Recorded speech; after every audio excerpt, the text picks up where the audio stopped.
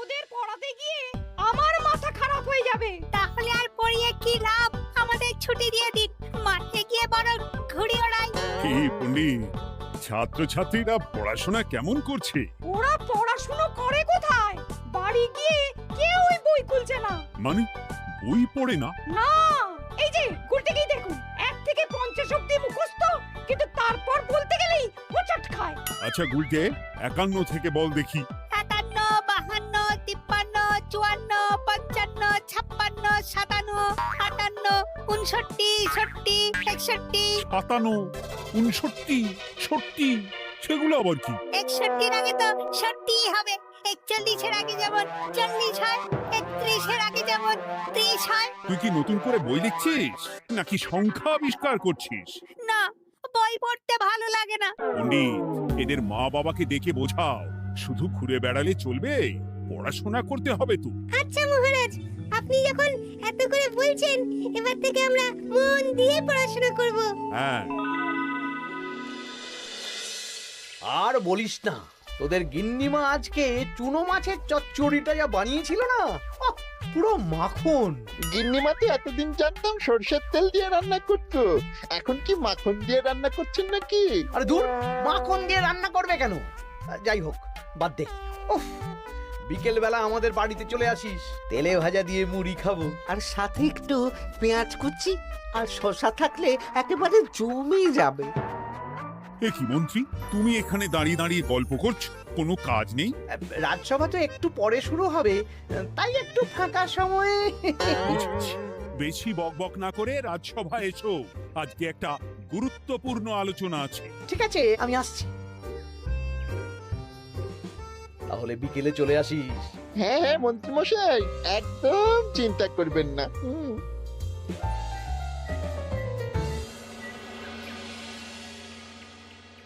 রাজ্যটা তো রসাতলে চলে যাচ্ছে, বাচ্চারা পড়াশুনো করছে না, বড়রা গল্প গুজব করে আড্ডা দিয়ে কাটাচ্ছে। কি করা যায় কিছুই তো বোঝা যাচ্ছে না। কে গল্প গুজব করে আড্ডা দিচ্ছে মহারাজ? কে আবার? আমাদের মন্ত্রী।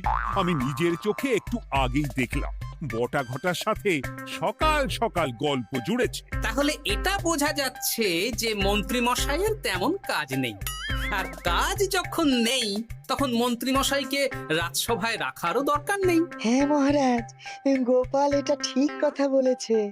মন্ত্রী মশাই তো কাজের মধ্যে দুটো জিনিসই করেন, অকাজ আর কুকাজ।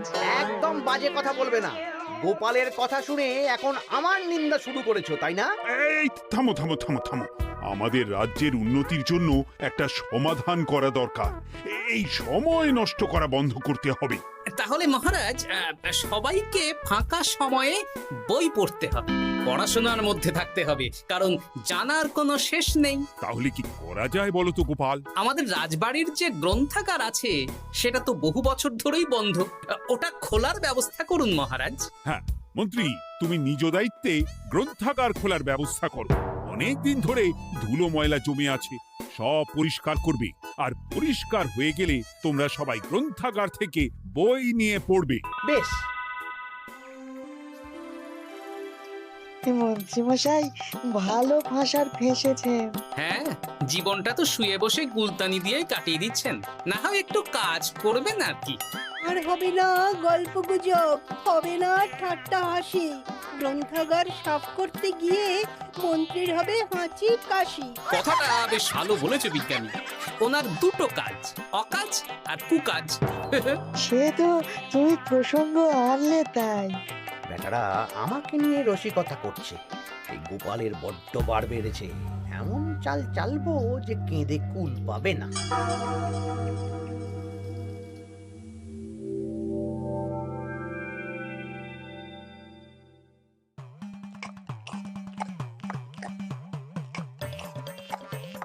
বেশ সুখে ছিলাম, কিন্তু হঠাৎ করে গোপাল আর মহারাজের সহ্য হলো না, চাপে পড়ে গেলাম। আমরা আপনাকে চাপমুক্ত করব, বলুন কি করতে হবে? আমি সব ভাবনা চিন্তা করে ফেলেছি, এখন তোদের আমার কথা মতন কাজ করতে হবে। আসতে পারি মন্ত্রী মশাই? হ্যাঁ, এসো এসো। ইনি তো চিত্রশিল্পী, এনাকে দিয়ে কি হবে? ইনিই তো আসল কাজ করবেন। শোনো, তা গোপালকে ভালো করে দেখে নিয়েছো তো? বিলক্ষণ। একটা পাতায় গোপালের ছবি আঁকতে হবে, ওপরে লেখা থাকবে কৃষ্ণনগরের ভবিষ্যৎ। এ কি, গোপাল তো আপনার শত্রু, গোপালকে নিয়ে বই লিখতেন কেন? আমি বলছি, একটা পাতায় গোপালের একটা ছবি আঁকা হবে, যেখানে গোপালকে দৈত্য হিসেবে দেখানো হবে। বড় বড় দাঁত, বড় বড় কুলোর মতো কান। শোনো, নিচে একটু ফাঁকা রাখবে, যা লেখার আমি পরে লিখে দেব। আর আপনি মহারাজকে এই পাতাটা দেবেন? হ্যাঁ, আর বলবো যে গ্রন্থাগার পরিষ্কার করতে গিয়ে এই পুরনো পাতাটা পেলাম, তবে অনেক খুঁজেও বইয়ের বাকি অংশ কিচ্ছু পেলাম না মহারাজ। মহারাজ ওখানে দৈত্য বেশি গোপালকে দেখে ভাববেন রাজ্যের বড় বিপদ আসতে পারে, আর গোপালকে কোনো কারণ ছাড়াই তাড়িয়ে দেবেন। একদম তাই। কিন্তু একটা সমস্যা আছে। আবার কি সমস্যা? পুরনো পাতা বোঝাবেন কি করে? ছবি আঁকা হয়ে গেলে পাতাটা দুদিন রোদে ফেলে রাখবো, তারপর পাতার ধারগুলো একটু আঁকা বাঁকা করে কেটে দেব, সাথে আগুনের হালকা তাপ দিলে সাদা পাতা খুব তাড়াতাড়ি পুরনো দেখাবে। এটা ঠিক বলেছেন। আচ্ছা চিত্রশিল্পী, তাড়াতাড়ি ছবি এঁকে ফেলো। আমি কালকে সকালেই দিয়ে দেব। বেশ বেশ। আর বটা ঘটা, তোদের কালকে থেকে একটু আমার সাথে হাতে হাতে কাজ করতে হবে। হ্যাঁ, সে আমরা আপনার সুখে দুঃখে পাশে থাকবো।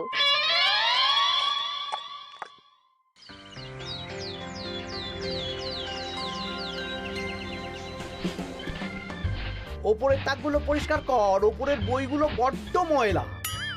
কি মন্ত্রী, কাজ হচ্ছে? কাজ করছেন না, বরং কাজ করাচ্ছেন।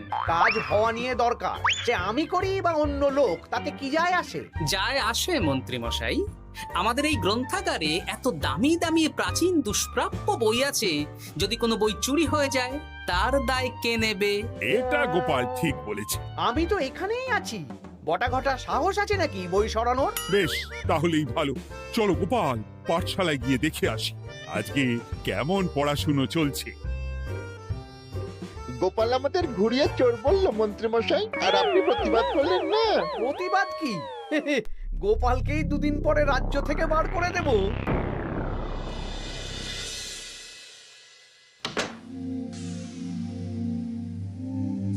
মন্ত্রীমশাই, ছবি আঁকা হয়ে গেছে। কই দেখি দেখি দেখি। সাব্বাস, এই তো চাই। এই ছবি দেখে মহারাজ চমকে যাবে। এবার পাতা পুরনো করার কাজটা করে ফেললেই কেল্লা ফতে।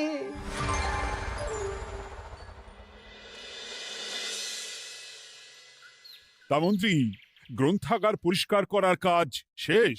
হ্যাঁ মহারাজ, তবে তবে কি? একটা পুরনো বইয়ের পাতা পেলাম। কি? এই এই দেখুন মহারাজ, আচ্ছা দেখি। অনেক পুরনো বইয়ের পাতা। একই মহারাজ, আপনি আমার দিকে তাকাচ্ছেন কেন? ওরে বাবারে, এই পাতায় কি লেখা আছে? পড়ছি, কৃষ্ণনগরে এক নবরূপী দৈত্য জন্ম নেবে, যার নামের আদ্য অক্ষর গ। সে শুরুতে লোকজনের উপকার করবে, কিন্তু তার বয়সকালে তার আসল রূপ ফিরে আসবে। ওই ব্যক্তি আসলে মানুষ নয়, সে এক দৈত্য। সে থাকলে কৃষ্ণনগরে নেমে আসবে সর্বনাশ। কৃষ্ণনগরের মানুষদের ধরে সে খাবে। তার আসল রূপের চিত্র প্রদর্শিত করা হলো। কই দেখি মহারাজ। দেখো, সত্যি তো, এই দৈত্যকে একদম গোপালের মতন দেখতে। মহারাজ, আমার মনে হয় যে গোপালকে এই রাজ্যে ঠাঁই দেওয়া একদম ঠিক হবে না। কোন দিন গোপাল মানুষ থেকে দৈত্য হয়ে আমাদের খেয়ে নেবে বলা তো যায় না। উল্টো পাল্টা কথা বলবেন না মন্ত্রী মশাই। ওই দেখুন মহারাজ, গোপাল কেমন রেগে উঠছে। এক্ষুনি দাঁত বেরোলে কিন্তু হিতে বিপরীত হয়ে যাবে। আরে কিসের হিতে বিপরীত? কই দেখি। দেখো দেখো, এ তো কোনো দুষ্প্রাপ্য বইয়ের পাতা, তাই মিথ্যে কথা লেখার সম্ভাবনা কম। বিশ্বাস করুন মহারাজ, আমি দৈত্য নই, আমাকে ফাঁসানো হচ্ছে। গোপালকে দূর করুন মহারাজ। কোনো অঘটন ঘটে গেলে কিন্তু আমাকে বলতে পারবেন না যে আমি আগে থেকে সাবধান করিনি। হ্যাঁ গোপাল, তুমি আর এই রাজ্যে থেকো না, আজ রাত্রেই চলে যাও। আমি জানি তো মানুষ অবস্থায় অনেক উপকার করেছো বা করছো, কিন্তু দৈত্য হয়ে উঠলে তখন রাজ্যের মানুষকে কি জবাবদিহি করব বলো? বিশ্বাস করুন মহারাজ, আমি মানুষ। চুপ! এই কে আছো? গোপালকে ঘাট ধাক্কা দিয়ে বের করে দাও। যেন আজকের পর এই রাজ্যে আর না দেখি। মহারাজ এসব বিশ্বাস করলেন? মন্ত্রী মশাই জোর খাটালেন যে, কি আর করা যাবে। এখন যতদিন না কোনো উপায় হচ্ছে, এই রাজ্যের বাইরেই থাকতে হবে। তবে কি? একটা সন্দেহ হচ্ছে বুঝলে। আগের বছর যখন বেতন বেড়েছিল, রাজসভা থেকে একটা চিঠি দিয়েছে, সেটা আছে? হ্যাঁ, আছে তো। দাও তো, যাওয়ার পথে একটু বিজ্ঞানীর বাড়িতে যাব বুঝলে।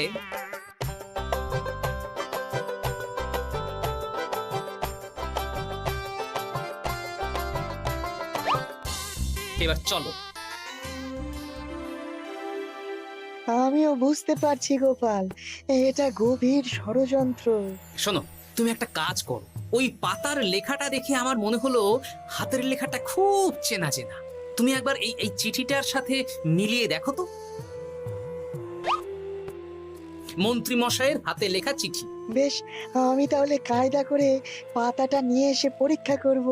তা কোথায় থাকবে এখন? কদিন ওই শ্বশুর বাড়ি, আর আমি তোমার সাথে দেখা করার জন্য রোজ রাতে আসবো। বেশ।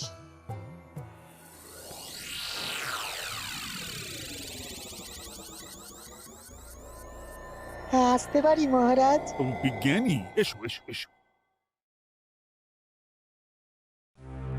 বলছি মহারাজ, পাতাটা চাই, আজকে রাতের জন্য দেবেন? হ্যাঁ, নিয়ে যাও নিয়ে যাও। ওই পাতা দেখলেই আমার ভয় লাগছে।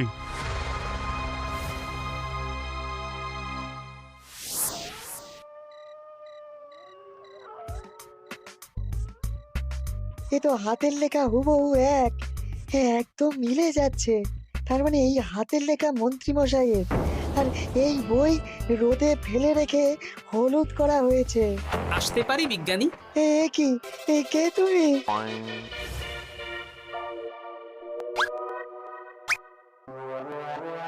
গিন্নির পুরনো শাড়ি পরে নারী সেজে এলাম, কেউ জানতে পারলেই বিপদ। এ কোনো বিপদ নেই, তোমাকে মন্ত্রী মশাই ফাঁসিয়েছেন। ওনারই হাতের লেখা, আর ওটা রোদে ফেলে আর উষ্ণ তাপে রেখে পাতা হলুদ করা হয়েছে। জানতাম এইরকমই কিছু একটা হবে। তাহলে কালকে সকালেই রাজসভায় সব খোলসা করে দিই। না না, তার আগে মন্ত্রী মশাইকে একটু নাচাবো। কিভাবে? আমি দৈত্য সাজবো আর মন্ত্রীকে ভয় দেখাবো। আগে বটাকে দেখাবো, তারপর ঘটাকে, শেষে মন্ত্রীকে। ভালো মজা হবে, আমি তোমার পাশে আছি। তাহলে তাহলে এখনই সাজগোজ করে ফেলি বুঝলে। তুমি একটা চাদর মুড়ি দিয়ে আমার সাথে বটা ঘটার বাড়িতে যাবে এখন। আচ্ছা।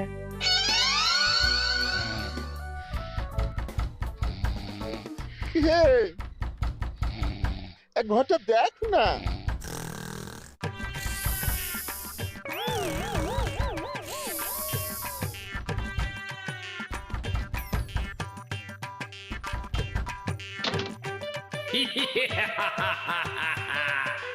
আমি তোকে খাবো, আমি দৈত্য গোপাল। বাবারে, আসল দায়িত্ব কি করে হয়ে গেলে? পালাই, এই ঘটা ওঠ। পালিয়ে কোথাও যেতে পারবি না, আমি তোকে খাবো। বাঁচাও বাঁচাও। কি হলো? বটা কোথায়? এ বটা, বটা, এ কি হলো তোর? কোথায় গেলি? দৈত্য গোপাল আমাকে ধরে নিয়ে যাচ্ছে। মানে এটা কি? হ্যাঁ? আমি গোপাল দৈত্য, আজ রাতে বটাকে গলার্ধকরণী আমার ভোজন, কাল তোর পালা। ওরে বাবা রে, কি কাণ্ড! আমাকে ছেড়ে না। চুপ, আমি মানুষ। এবার বল, আমাকে ফাঁসানো হচ্ছিল কেন? বল। আমি কিছু জানি না, সব মন্ত্রী মশাইয়ের চক্রান্ত। আমাকে ছেড়ে দাও। এখন না, পরে ছাড়বো। শোনো বিজ্ঞানী, এখন এর মুখ হাত পা ভালো করে বেঁধে ফেলো দেখি। আমি এক্ষুনি বাঁচছি। আর ভোরবেলা একটা কাজ করতে হবে, আমার কয়েকটা নাতি নাতনিকে তোমার বাড়িতে নিয়ে আসবো, আর তারপর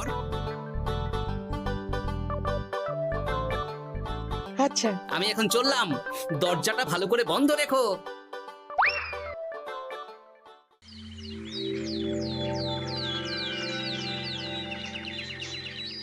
কি সব উল্টো পাল্টা বলছিস? সত্যি কালকে গোপালের দৈত্য এসেছিল। আরে গোপাল তো রাজ্য ছেড়ে চলে গেছে, আমি কড়া পাহারা বসিয়েছি। গোপাল এই রাজ্যে আর ঢুকতেই পারবে না। কিন্তু ওর দৈত্য এসেছিল। আরে দূর, তুই স্বপ্ন দেখেছিস। সকাল সকাল মাথা খারাপ করাস না ঘটা, কাজ আছে। সত্যি বলছি। চুপ!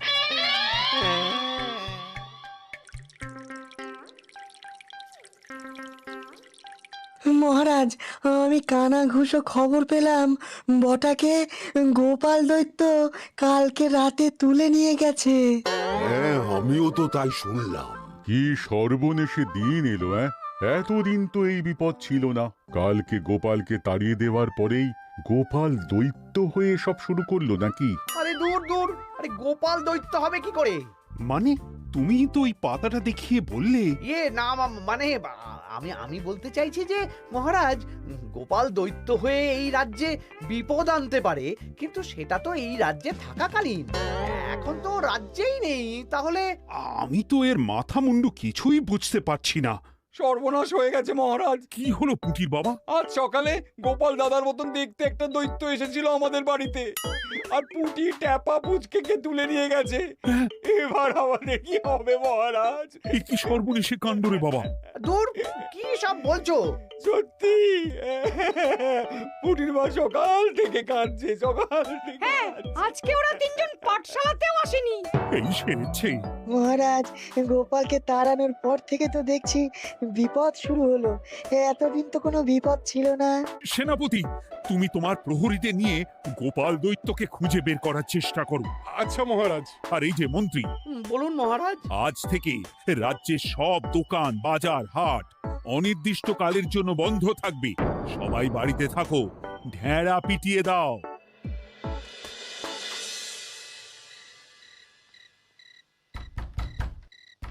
কে? আমি দরজা খুলবো না। এই দরজা খোলো, আমি আমি বিজ্ঞানী।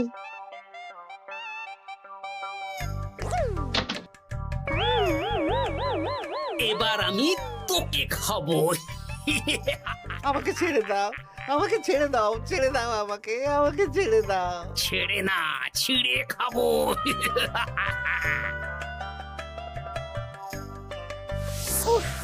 এই তো দাদু চলে এসেছো। এরকম শুয়ে বসে থাকতে ভারী মজা। এ কি বটা, তোর কিছু হয়নি? না না, কাল একটু ভয় পেয়েছিলাম। না, কিছু হবেও না। এই মন্ত্রীর সব চক্রান্ত ধরা পড়ে গেছে।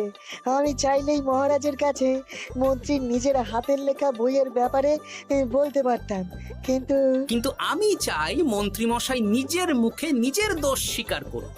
আর সেটা করানোর দায়িত্ব তোর হাতে। আমি কি করব? কাল সকালে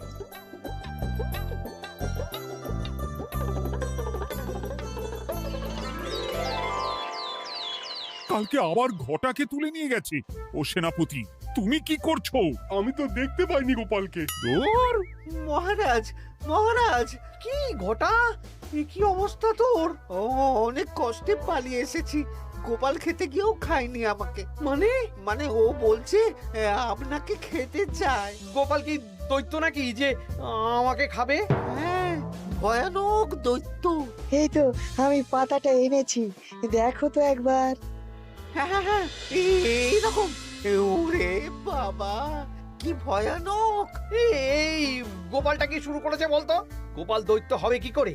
এই ছবির নিচের লেখাটা তো আমার, তুই জানিস না নাকি? না মানে কিছু না, কিছু না। তোমার লেখা মানে? না না, আমার লেখা না, মানে আমি খুঁজে পেয়েছি আর কি। আপনি সত্যি না বললে আমার কাছে কিছু প্রমাণও আছে মন্ত্রী মশাই, যে এই পাতার লেখাটা আপনার। হ্যাঁ, এটা মন্ত্রী মশাইয়ের লেখা, আমি সব জানি। এই তোকে বলতে বলেছি। না না না না না, এবার আমি বলবই, আগে আমার প্রাণ, তারপর আপনার মান। মন্ত্রী মশাই এই পাতাটা নিজে লিখেছেন আর গোপালের ওই ভয়ানক ছবি একজনকে দিয়ে আঁকিয়েছেন। রোদে রেখে ও আগুনে উষ্ণ তাপে পাতাটা হলুদ করেছেন আর ধারগুলো আঁকা বাঁকা করে কেটেছেন যাতে দেখে পুরনো মনে হয়। সব বাজে কথা। কোনো বাজে কথা না। এই দেখুন মহারাজ, মন্ত্রীর হাতের লেখা একটা চিঠি আর বইয়ের লেখা একদম এক।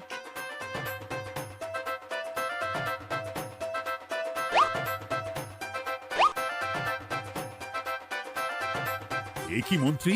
ইয়ে না মানে কিন্তু গোপাল যদি সত্যিই দৈত্য না হয় তাহলে বাচ্চাগুলোকে আর বটাকে কে ধরে নিয়ে গেল? আমি ধরে নিয়ে গিয়েছিলাম। অনেক সময় সোজা আঙুলে ঘি না উঠলে আঙুল বাঁকাতে হয়, তাই এই ছোট্ট নাটক। সবাই সুস্থই আছে। এবার মন্ত্রীকে আমি মেরে অসুস্থ করে দেব। সুস্থ মানুষকে দৈত্য বানিয়ে দিলে, হ্যাঁ?